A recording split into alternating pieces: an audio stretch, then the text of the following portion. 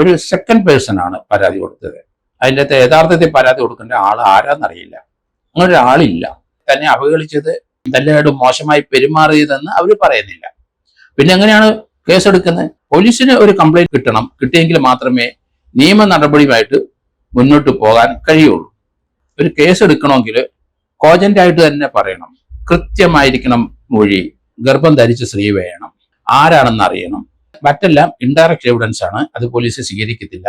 നിർബന്ധിത ഗർഭചിത്രത്തിന് പ്രേരിപ്പിച്ചുവെന്ന പരാതിയിൽ രാഹുൽ മാങ്കൂട്ടത്തിലിനെതിരെ തിടുക്കത്തിൽ കേസെടുക്കേണ്ട എന്നാണ് പോലീസിന്റെ തീരുമാനം. മാധ്യമ വാർത്തയുടെ അടിസ്ഥാനത്തിൽ മാത്രമാണ് പരാതിയെന്നും അതിനപ്പുറം തെളിവുകൾ പരാതിക്കാരൻ ഹാജരാക്കിയിട്ടില്ല എന്നുമാണ് പോലീസിന്റെ വിലയിരുത്തൽ. ഈ പരാതിയുടെ മാത്രം അടിസ്ഥാനത്തിൽ കേസെടുത്താൽ കോടതിയിൽ തിരിച്ചടിയാകുമെന്ന് പോലീസിന് പ്രാഥമിക നിയമോപദേശവും ലഭിച്ചിട്ടുണ്ട്.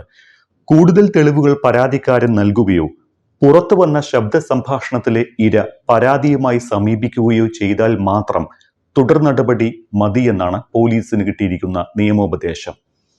ഈ ഒരു വിഷയത്തിൽ റിട്ടയർഡ് SP ജോർജ് ജോസഫ് സാറാണ് നമ്മോടൊപ്പം ചേരുന്നത്. സ്വാഗതം സാർ. സാർ, മാധ്യമ വാർത്തയുടെ അടിസ്ഥാനത്തിൽ മാത്രം നൽകിയിട്ടുള്ള പരാതിയിൽ രാഹുൽ മാങ്കൂട്ടത്തിൽ MLA-ക്കെതിരെ തിടുക്കത്തിൽ കേസെടുത്താൽ കോടതിയിൽ തിരിച്ചടിയാകുമെന്ന് സാർ കഴിഞ്ഞ ദിവസം പറഞ്ഞിരുന്നതാണ്. പക്ഷേ ഇന്നലെയും സമാനമായ ആരോപണങ്ങളാണ് രാഹുലിനെതിരെ മറ്റു യുവതികളും ഉന്നയിച്ചിരിക്കുന്നത്. ഇതിനനുസൃതമായിട്ടുള്ള തെളിവുകളും പുറത്തു വരുന്നുണ്ട്. അപ്പോൾ ഇതൊക്കെ ഗുരുതരമല്ലേ? അത് ഗുരുതരമല്ല. കാരണം ഇങ്ങനെ അവിടെ എവിടെയൊക്കെ വീമ്പിളക്കുന്നല്ലാതെ ആരും ഒരു റിട്ടേൺ കംപ്ലൈന്റ് ഇതുവരെ കൊടുത്തായിട്ട് കാണുന്നില്ല. പരാതിക്കാര് അവിടെ ഇവിടെയൊക്കെ പറയുന്നതല്ലാതെ നമുക്കൊരു കോഗ്നിസൻസ് എടുക്കാൻ കഴിയില്ല.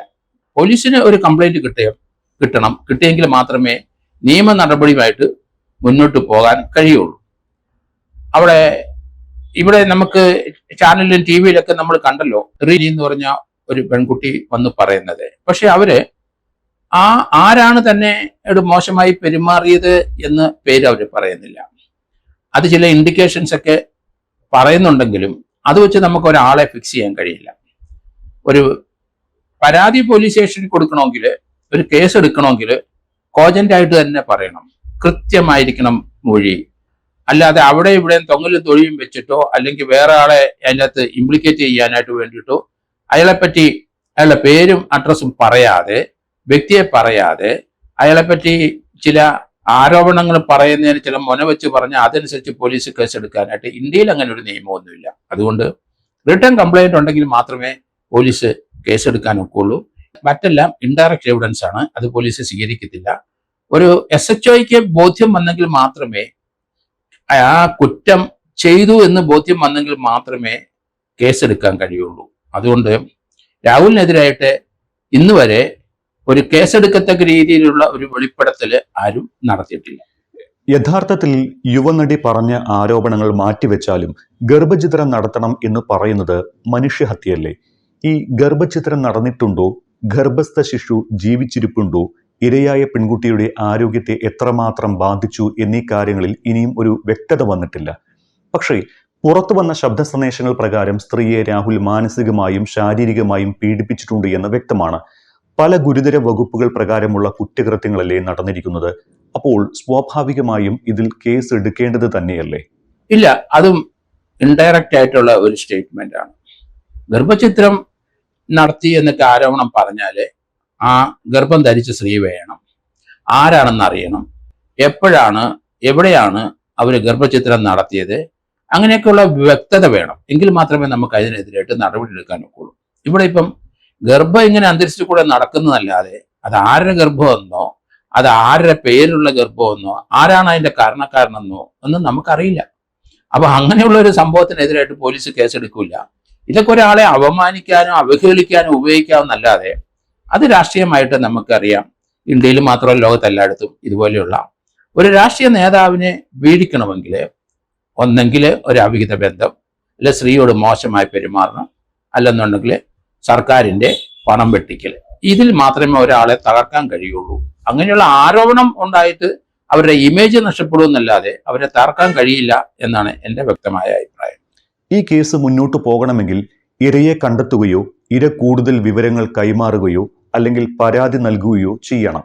ഇങ്ങനെയാണ് സാർ പറഞ്ഞത്. പക്ഷേ അങ്ങനെ പറയുമ്പോൾ തന്നെ രാഹുലിന് ഇങ്ങനെയൊരു പരാതി വരാത്തിടത്തോളം കാലം ഒരു കുഴപ്പവുമില്ല എന്നാണ്. രാഹുലിന് ഇതുവരെ ഒരു കുഴപ്പമുണ്ടെന്ന് എനിക്ക് തോന്നുന്നില്ല. അദ്ദേഹം യൂത്ത് കോൺഗ്രസിന്റെ പ്രസിഡന്റ് സ്ഥാനം എന്തിനാണ് രാജിവെച്ചതെന്ന് എനിക്ക് മനസ്സിലാകുന്നില്ല.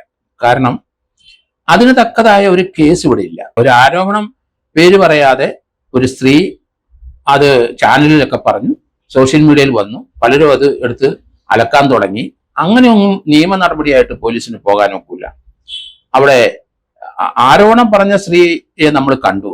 പക്ഷെ ആരാണ് തന്നെയോട് അപമാനപരമായ രീതിയിൽ പെരുമാറിയത്, തന്നെ അവഹേളിച്ചത്, തന്നെയോട് മോശമായി പെരുമാറിയതെന്ന് അവർ പറയുന്നില്ല. പിന്നെ എങ്ങനെയാണ് കേസെടുക്കുന്നത്? അങ്ങനെയുള്ളവരെയൊക്കെ നിരുത്സാഹപ്പെടുത്തണം. അങ്ങനെയുള്ളവരൊക്കെ മൊഴി വെച്ച് ഒരു കേസെടുക്കാൻ പോലീസിന് കഴിയില്ല എന്ന് മനസ്സിലാക്കണം. അതുകൊണ്ട് ആരാണെന്ന് പറയുന്നിടം വരെ രാഹുലിനെ കുറ്റപ്പെടുത്താൻ കഴിയില്ല. ഒരുപക്ഷെ ഗർഭചിത്രം നടത്താൻ നിർബന്ധിച്ചു എന്ന് പറയുന്ന യുവതി പരാതി നൽകാൻ തയ്യാറായാൽ ഈ കേസിന്റെ ഗതി തന്നെ ആകെ മാറില്ലേ? അങ്ങനെയെങ്കിൽ ഏതായിരിക്കും പിന്നീടുള്ള വകുപ്പുകൾ? അതെ, അത് നമ്മള് ഗർഭചിത്രത്തിന്റെ കാര്യം പറയുമ്പം ഇന്ത്യൻ പീനൽ കോഡിൽ അതിന് പ്രത്യേക വകുപ്പുണ്ട്. ഒരു അവിഹിത ഗർഭം ധരിക്കുന്ന ഒരു മൈനർ കുട്ടിയാണെങ്കിൽ അതിനൊരു ഡോക്ടർക്ക് ആ മൈനർ കുട്ടിയുടെ ആ പ്രഗ്നൻസി അബോർട്ട് ചെയ്ത് കളയാൻ അവിടെ പോയി പരാതി പറഞ്ഞാൽ മതി, അയാൾക്ക് കളയാം. അതിന് പോലീസിന്റെ നടപടിയോ റിക്വസ്റ്റോ ഒന്നും ആവശ്യമില്ല. ഒരു മൈനർ കുട്ടിയുടെ തീർച്ചയായിട്ടും അവർക്ക് ഗർഭം ധരിക്കാനുള്ള പ്രായമായില്ല എന്നാണ് കരുതുന്നത്. അത് അവരുടെ ജീവൻ അപകടത്തിലുണ്ടാക്കും. അതുകൊണ്ട് ഇപ്പൊ സുപ്രീം കോടതി ലേറ്റസ്റ്റ് റൂൾ വന്നിട്ടുണ്ട്.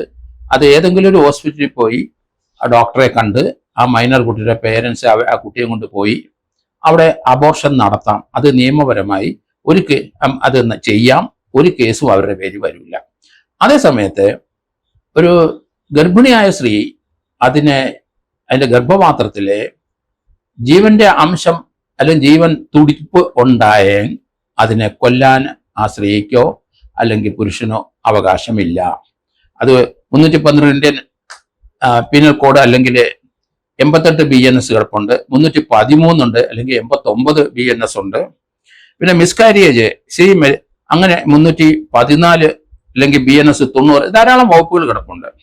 അപ്പൊ ഇതനുസരിച്ച് ഒരു സ്ത്രീയെ, അവര് പ്രായപൂർത്തിയായ സ്ത്രീയാണ്, പുരുഷനുമായിട്ട് ബന്ധപ്പെട്ട് അവർക്കൊരു ഗർഭം ഉണ്ടായാൽ അത് കൺസെന്റോട് കൂടി തന്നെയാണ് അവരുടെ സെക്ഷൽ ആയിട്ടുള്ള ആക്ടിവിറ്റി. അതൊരു ഒഫൻസ് ആയിട്ട് പറയാൻ ഒക്കില്ല. രണ്ടുപേരും പ്രായപൂർത്തിയായവരാണ്. അങ്ങനെ ഉണ്ടാകുന്ന ഒരു പ്രഗ്നൻസി അത് നശിപ്പിച്ച്, അതിന് ജീവന്റെ അംശം തുടിപ്പ് വന്നു കഴിഞ്ഞാൽ അത് നശിപ്പിച്ച് കളയാൻ രണ്ടുപേർക്കും അവകാശമില്ല.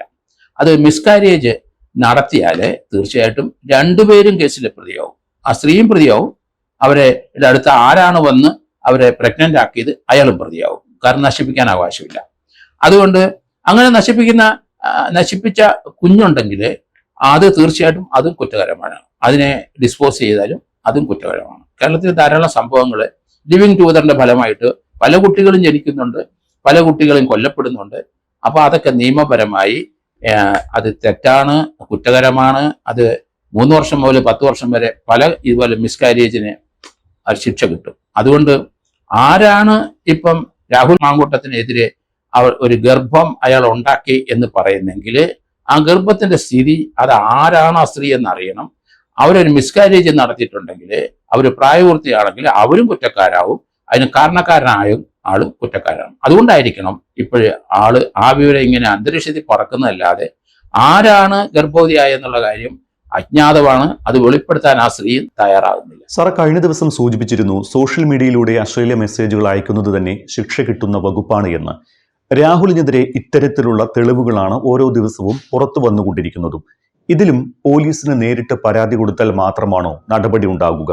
അത് അങ്ങനെ സോഷ്യൽ മീഡിയ വരുന്ന ഇതുപോലെയുള്ള അശ്ലീലപരമായ കാര്യങ്ങൾ, അതിന് തീർച്ചയായിട്ടും പോലീസിന് സോമോട്ടമായിട്ട് കേസെടുക്കാം. പക്ഷേ ആരാണ് അങ്ങനെ അശ്ലീലം പറഞ്ഞത് ആള് വേണം. അശ്ലീലം പറഞ്ഞ ആൾക്കെതിരായിട്ട് സോമോട്ടായിട്ട് കേസെടുക്കുന്ന തടസ്സമില്ല. പക്ഷെ ഒരു പരാതിക്കാരി അല്ലെങ്കിൽ പരാതിക്കാരൻ ഉള്ളതാണ് ഇങ്ങനെയുള്ള കാര്യത്തിന് ഏറ്റവും നല്ലതായ ഒരു പ്രോസിക്യൂഷൻ മുന്നോട്ട് കൊണ്ടുപോകാൻ സാധിക്കുന്നത് അങ്ങനെയാണ്. അതുകൊണ്ട് അശ്ലീലമായ പല പ്രയോഗങ്ങളും സോഷ്യൽ മീഡിയയിൽ വളരെയധികം നമ്മൾ ദൈനംദിനം ലക്ഷക്കണക്കിന് വരുന്നുണ്ട്. പോലീസിന് അതിന് മുഴുവൻ നടപടി എടുക്കാൻ കഴിയില്ല. സ്പെസിഫിക് ആയിട്ട് ആർക്കെങ്കിലും ആ അവഹേളനം ഉണ്ടായാൽ അവർ പരാതിപ്പെട്ടാൽ അത് സോഷ്യൽ മീഡിയയിൽ കൂടെ ആണ് അത് പുറത്തേക്ക് വന്നതെങ്കിൽ അതിന്റെ കാരണക്കാരാരാണ് അയാൾക്കെതിരായിട്ട് പോലീസിൽ നടപടിയെടുക്കാം. പക്ഷെ ഒരു വാദി ഉള്ളത് തന്നെയാണ് ഏറ്റവും ഉത്തമം. സാറേ, ഈ യുവനടിയുടെ വെളിപ്പെടുത്തലിനെ തുടർന്ന് രാഹുൽ മാങ്കൂട്ടത്തിലിനെതിരെ കേസെടുക്കണമെന്നാവശ്യപ്പെട്ട് അഭിഭാഷകനായ ഷിൻഡോ സെബാസ്റ്റ്യൻ എറണാകുളം സെൻട്രൽ പോലീസിലും ബാലാവകാശ കമ്മീഷനും പരാതി നൽകിയിട്ടുണ്ട്. യുവതിയും രാഹുലും തമ്മിലുള്ളത് എന്ന നിലയിൽ പുറത്തുവന്ന ഫോൺ സംഭാഷണം ഉൾപ്പെടെയാണ് പരാതി നൽകിയിരിക്കുന്നത്. സാർ ഇക്കാര്യം സൂചിപ്പിക്കുകയും ചെയ്തതാണ് കഴിഞ്ഞ ദിവസത്തെ വീഡിയോയിൽ. പക്ഷേ എന്തുകൊണ്ടാണ് ഈ പരാതി നിലനിൽക്കാത്തത്? കാരണം അതിന് ഒരു സെക്കൻഡ് പേഴ്സൺ ആണ് പരാതി കൊടുത്തത്. അതിൻ്റെ അകത്ത് യഥാർത്ഥത്തിൽ പരാതി കൊടുക്കേണ്ട ആൾ ആരാന്നറിയില്ല, അങ്ങനെ ഒരാളില്ല. പക്ഷെ അങ്ങനെ ഒരു വിവരം സോഷ്യൽ മീഡിയയിൽ കണ്ടത് വെച്ചിട്ട് ഒരു അഡ്വക്കേറ്റ് പരാതി കൊടുത്താൽ ആ പരാതി പോലീസ് സ്വീകരിക്കത്തില്ല. അതിനകത്ത് ആരെയാണ് അവഹേളിച്ചത് അല്ലെ ആർക്കാണ് അതിൽ പരാതിയുള്ളത് അവർ രംഗത്ത് വരണം. അത് ഒരു ഇൻഡയറക്റ്റ് ആയിട്ട് വേറൊരാൾക്ക്, ഒരു രണ്ടാം സ്ഥാനത്ത് നിൽക്കുന്ന ഒരാൾക്ക് പരാതി കൊടുക്കാനായിട്ട് കഴിയില്ല. അശ്ലീലമായ കാര്യങ്ങൾ ഇങ്ങനെ സോഷ്യൽ മീഡിയയിൽ കൂടെ വന്നാൽ അതിനെതിരായിട്ട് ഒരു പരാതി കൊടുക്കാം. അശ്ലീല പദപ്രയോഗത്തിന് അത് ആ വ്യക്തികളെ ബാധിക്കുന്ന ആരാണ് അത് പറഞ്ഞത് അയാൾക്കെതിരായിട്ട് കൊടുക്കാം. അല്ലാതെ ആ അശ്ലീല പ്രയോഗത്തിലെ വേറെ രണ്ടുപേരുണ്ടെങ്കിൽ അവരുടെ പേരിൽ നടപടിയെടുക്കാനും കഴിയില്ല. അതുകൊണ്ട് നിയമപരമായ കാര്യങ്ങൾ അങ്ങനെയാണ് പോകുന്നത്. രാഹുൽ മാങ്കൂട്ടം MLA സ്ഥാനം രാജിവെക്കാനുള്ള സമ്മർദ്ദം ശക്തമാക്കിയിരിക്കുകയാണ് LDFും ഒപ്പം തന്നെ BJPയും. ആരോപണം വന്നു എന്നതുകൊണ്ട് ജനപ്രതിനിധി സ്ഥാനം രാജിവെക്കേണ്ടതുണ്ടോ? ഇപ്പോൾ മുകേഷോ കടകംപള്ളിയോ ബ്രിജ്ഭൂഷണോ ഒന്നും രാജിവെച്ച ചരിത്രമില്ല. പക്ഷേ ജനപ്രാതിനിധ്യ നിയമത്തിൽ അങ്ങനെ എന്തെങ്കിലും പറയുന്നുണ്ടോ? രാഹുലിന്റെ ഇപ്പോഴത്തെ രാജി, യൂത്ത് കോൺഗ്രസ് പ്രസിഡന്റ് സ്ഥാനത്ത് നിന്നുള്ള രാജി, അതിനോട് നമുക്ക് യോജിക്കാൻ ഒക്കില്ല.